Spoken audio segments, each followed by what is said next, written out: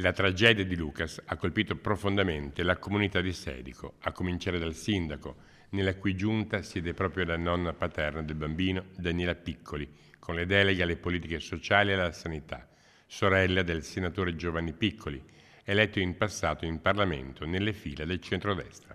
A nome dell'amministrazione comunale e dell'intera comunità di Sedico, desidero esprimere il più profondo e sentito cordoglio per la tragica e prematura scomparsa di Lucas De March. In momenti come questo le parole appaiono insufficienti a colmare il vuoto lasciato da una giovane vita che si spegne così improvvisamente e tragicamente.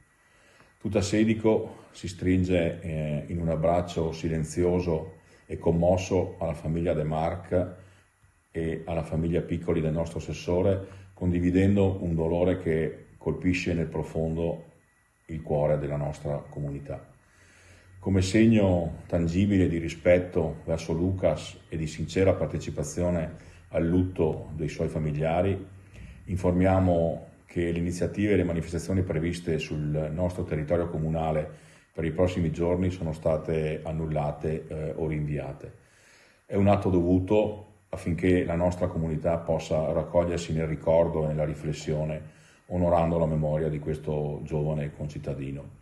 Siamo vicini alla famiglia con tutto il nostro affetto e la nostra solidarietà.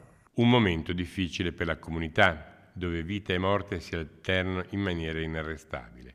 Il parroco di Sedico, terminata la cerimonia di un battesimo, ha voluto a sua volta rivolgere un pensiero a Gabriele De March e Jennifer Angoletta in questo momento di immenso dolore. Bisogna cercare di guardare in alto, di guardare avanti, perché il dolore può essere troppo pesante, ma c'è la vita che continua, c'è qualcuno che ci vuole bene, che vuole che andiamo avanti, c'è anche un altro fratellino da condurre avanti e io credo davvero che si può cercare di non soccombere al dolore.